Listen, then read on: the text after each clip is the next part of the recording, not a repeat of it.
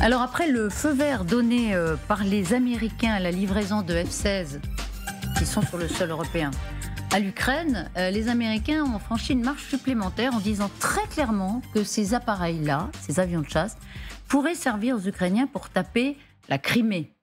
Et on sait que les Américains ont toujours dit que la Crimée, c'était l'Ukraine. Mais jusque-là, l'Ukraine avait été tapée la Crimée avait été tapée par l'Ukraine par des moyens, on va dire, un peu les moyens du bord. Rappelez-vous des drones à Sébastopol, une attaque du pont de Kerch, a priori pas d'armes occidentales. Cette fois, les Américains disent clairement, oui, on peut taper la Crimée avec les F-16, c'est intéressant de s'y arrêter. Nous sommes avec le général de Bavinkov, ancien chef d'état-major de la force internationale de l'OTAN, commandant des forces françaises en Afghanistan, Thierry Volton, spécialiste des sociétés communistes et post-communistes, une histoire mondiale du communisme chez Grasset, Vera Grandseva, politologue, spécialiste de la Russie, originaire de Saint-Pétersbourg et enseignante à Sciences Po Paris. Et puis Régis Jantet, je rappelle que vous êtes correspondant RFI, et je signale votre biographie du président ukrainien Zelensky dans la tête d'un héros, passionnante biographie qui avait été publiée très vite après l'invasion de l'Ukraine par la Russie, eh bien, vient de sortir en livre de poche. Donc voilà, dans toutes les bonnes librairies, comme on dit. Avant de revenir sur les F-16 en Crimée, regardez ce qu'ont préparé les Ukrainiens comme message de remerciement aux Américains, justement sur les F-16. Very clear, our love is here to stay. Not for a year, but ever and a day. The radio and the telephone and the movies that we know may just be passing fancies, and in time may go.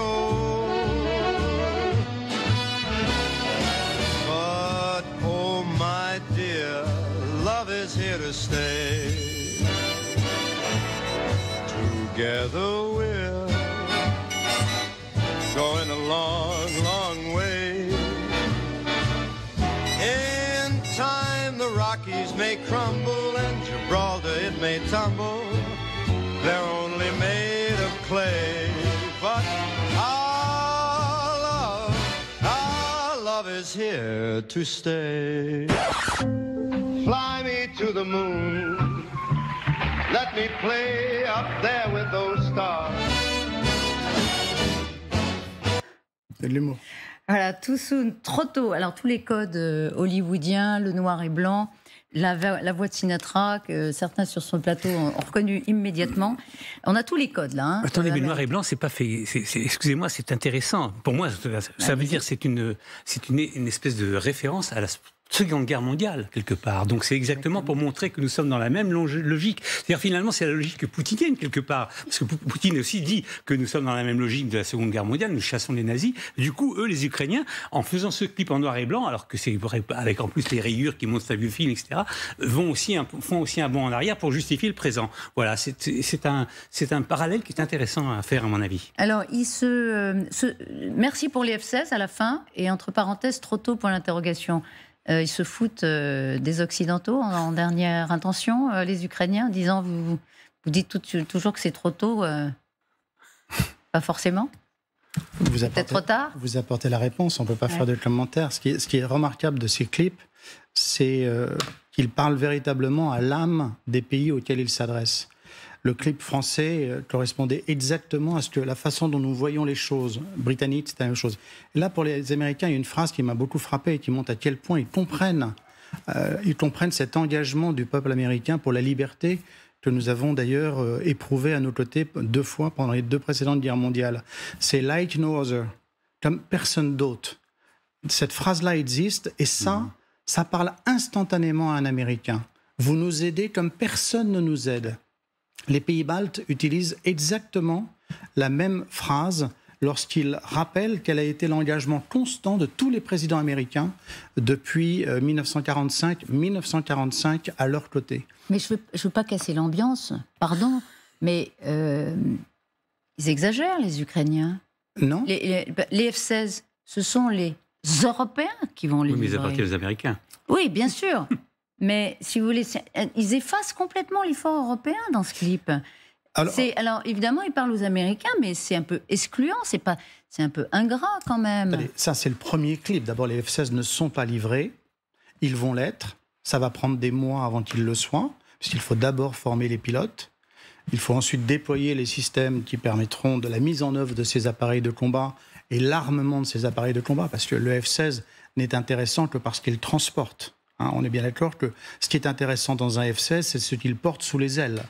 Davantage que le cockpit. Je suis désolé, n'étant pas un pilote de chasse, je peux m'exprimer ainsi. Ce qu'il porte est fondamental pour emporter la décision. La F-16 n'est qu'un moyen de transport. Très remarquable, mais ce n'est qu'un moyen de transport pour délivrer de l'armement. Et en revanche, non, là, il s'adresse prioritairement au pays qui a fabriqué ces F-16, qui les a livrés et vendus, qui ont été achetés. Ensuite, il y aura très probablement des messages très personnalisés envers ceux qui livreront les F-16. C'est pas maladroit pour vous. Mais il y a un trait d'humour à la fin qui est très intéressant, ce que vous avez dit tout de suite. Ouais. C'est vrai que c'est très remarquable ces clips parce qu'ils correspondent tellement au fonctionnement de notre société où on mélange à la fois le tragique et parfois le burlesque. Et ça, c'est comme ça qu'on réfléchit. Excusez-moi, je relève ce qui a été dit comme personne d'autre. C'est très important dans l'histoire de l'Europe depuis 1945. C'est vrai que les Américains ont été les seuls, je dis bien les seuls des Occidentaux, qui ont soutenu grosso modo les pays baltes et les pays d'Europe centrale et orientale qui ont été vendus, si je puis dire, ou en tout cas cédés à Staline après la Seconde Guerre mondiale. Et ça, excusez-moi, dans la mémoire des peuples de cette région-là, on n'arrive pas à comprendre ça, nous, ici. Dans la mémoire des peuples de ces régions-là, ça compte considérablement. Et évidemment, l'amour pour les États-Unis, évidemment, est lié à ça. Et le désamour, je dirais, pour une certaine partie de l'Europe, et particulièrement pour la France, d'ailleurs, qui n'a pas été très courageuse dans toute cette affaire-là, s'explique aussi par rapport à cette histoire. Voilà. Alors, une phrase sur CF16 qui nous a évidemment beaucoup intéressés, elle date d'hier soir. C'est Jack Sullivan, le conseiller à la sécurité nationale américaine à CNN, dans une interview consacrée à la décision américaine sur les F-16. Nous avons dit... Alors, il répond à une question, est-ce que ces armes peuvent frapper la Crimée? Est-ce que la Crimée, c'est l'Ukraine? Nous avons dit que nous n'autoriserions pas l'Ukraine à utiliser des armes américaines et occidentales pour attaquer la Russie. Et nous pensons que la Crimée, c'est l'Ukraine. Donc, go, feu vert pour utiliser ces armes de pointe que réclament les Ukrainiens depuis très longtemps pour taper la Crimée. Il y a comme une forme d'accélération, de blanc-seing qui est donnée aux Ukrainiens pour aller plus fort sur la Crimée. Ça change la donne. Oui, certainement. La Crimée était effectivement un point extrêmement important dans toute cette histoire, parce que s'il devait y avoir une défaite russe dans les années à venir, ce qui n'est pas certain du tout, mais ça passerait certainement par la reprise de la Crimée, qui en termes de droit international est incontestablement ukrainienne. Les Russes l'ont reconnue jusqu'en 2014. Donc il n'y a pas de question là-dessus, quoi. Donc ça, c'est effectivement important. En même temps, Sullivan ne dit pas on va frapper la Crimée, il dit... Non, mais vous savez, il y a cette ambiguïté, on s'est beaucoup interrogé. Est-ce que les Ukrainiens doivent aller en Crimée pour restaurer leur intégrité territoriale? Et on dit toujours, écoutez, on ne sait pas, il y avait un flou. Oui. Est-ce qu'il faut que les Ukrainiens aillent jusque-là?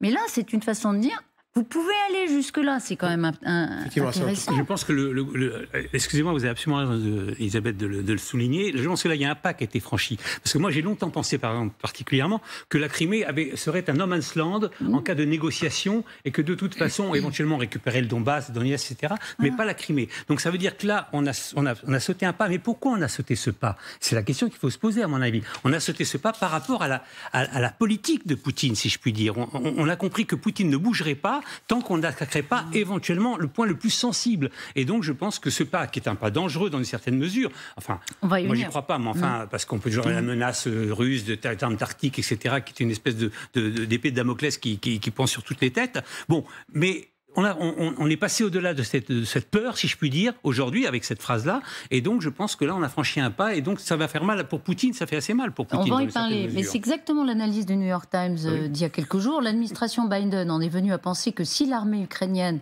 pouvait montrer à la Russie que son contrôle de la Crimée pouvait être menacé, cela renforcerait la position de Kiev dans toute négociation future. peut-être qu'il y a l'idée d'accélérer cette voie vers la négociation en donnant plus de marge de manœuvre à l'Ukraine. N'oublions pas qu'il y a les élections américaines qui Exactement. sont dans un an, Est-ce et que donc ça, c'est ça aussi l'accélération. Est-ce que c'est ça aussi le feu vert qui est donné aux Ukrainiens pour taper la Crimée avec des F-16 pour que le rapport de force... Ce qui est dit dans cette citation du New York Times, c'est qu'on veut simplement montrer aux Russes que son contrôle de la Crimée pourrait être menacé. On en est juste oui, là. Mais pour déjà montrer très important, ça.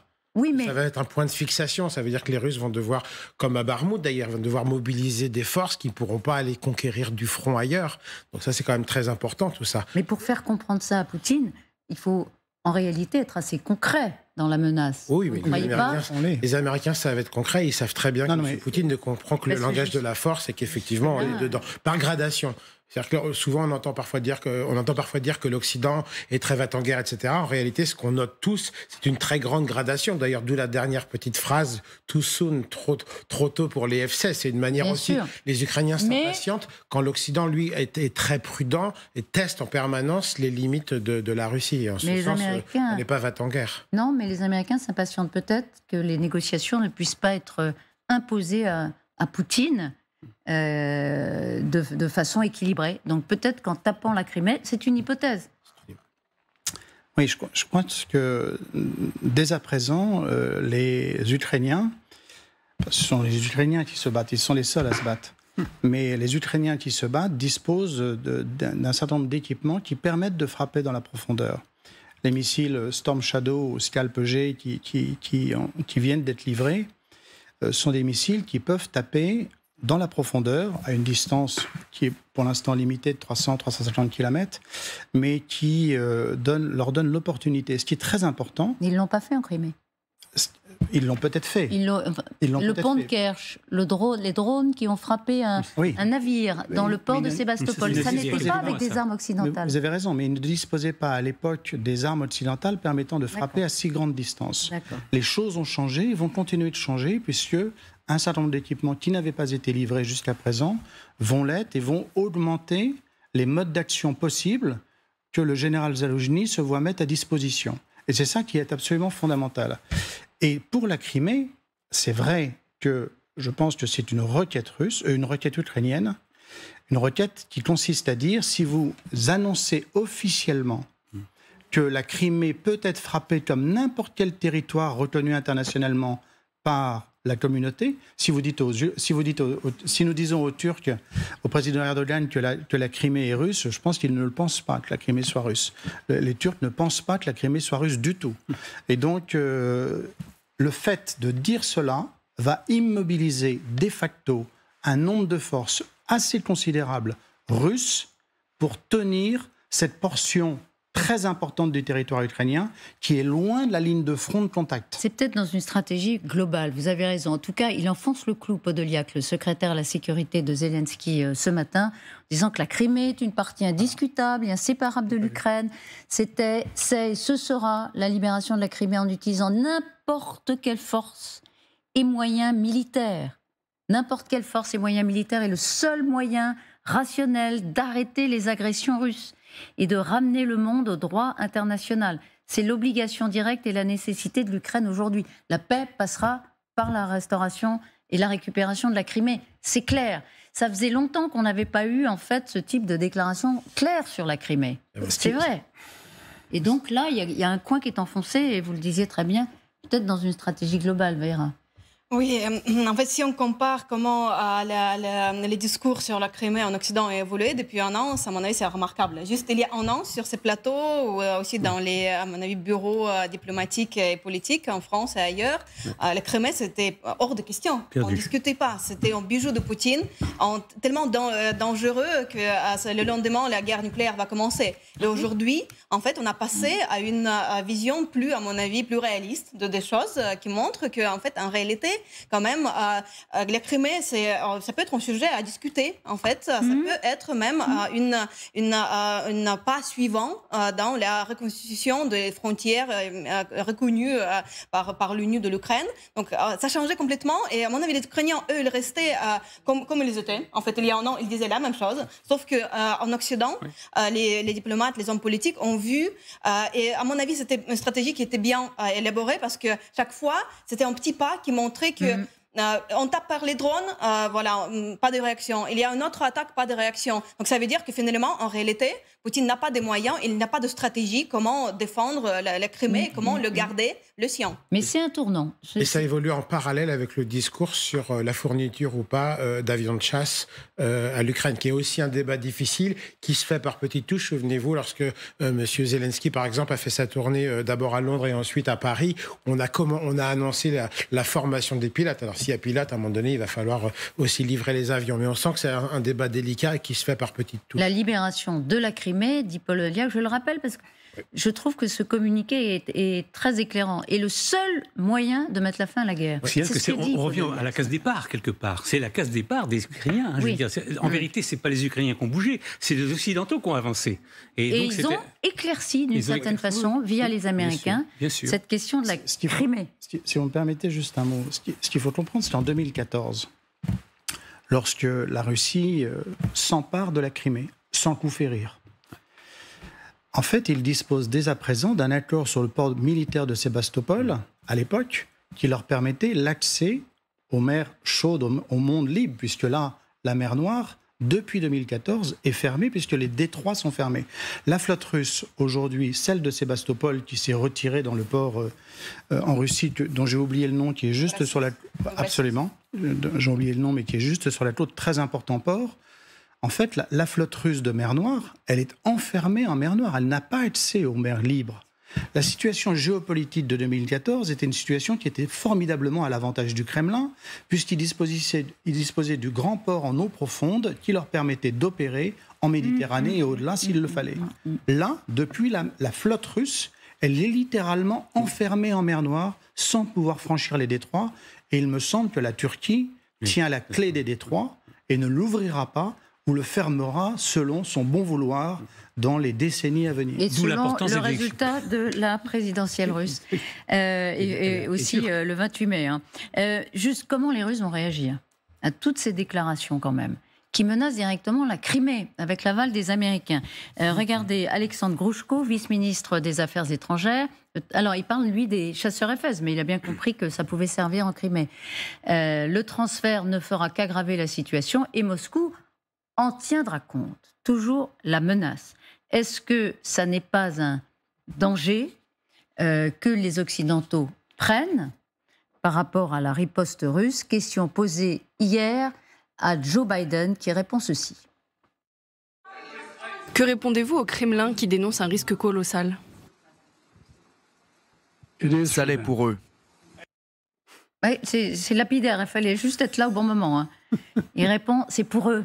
C'est pour eux que c'est dangereux. Oui, alors d'abord... Il est quand même bon. Bon, eh bien oui. Pardon? Sa communication, bien sûr. Ouais. Mais d'abord, oui. Il est juste. Non, mais une phrase, hein.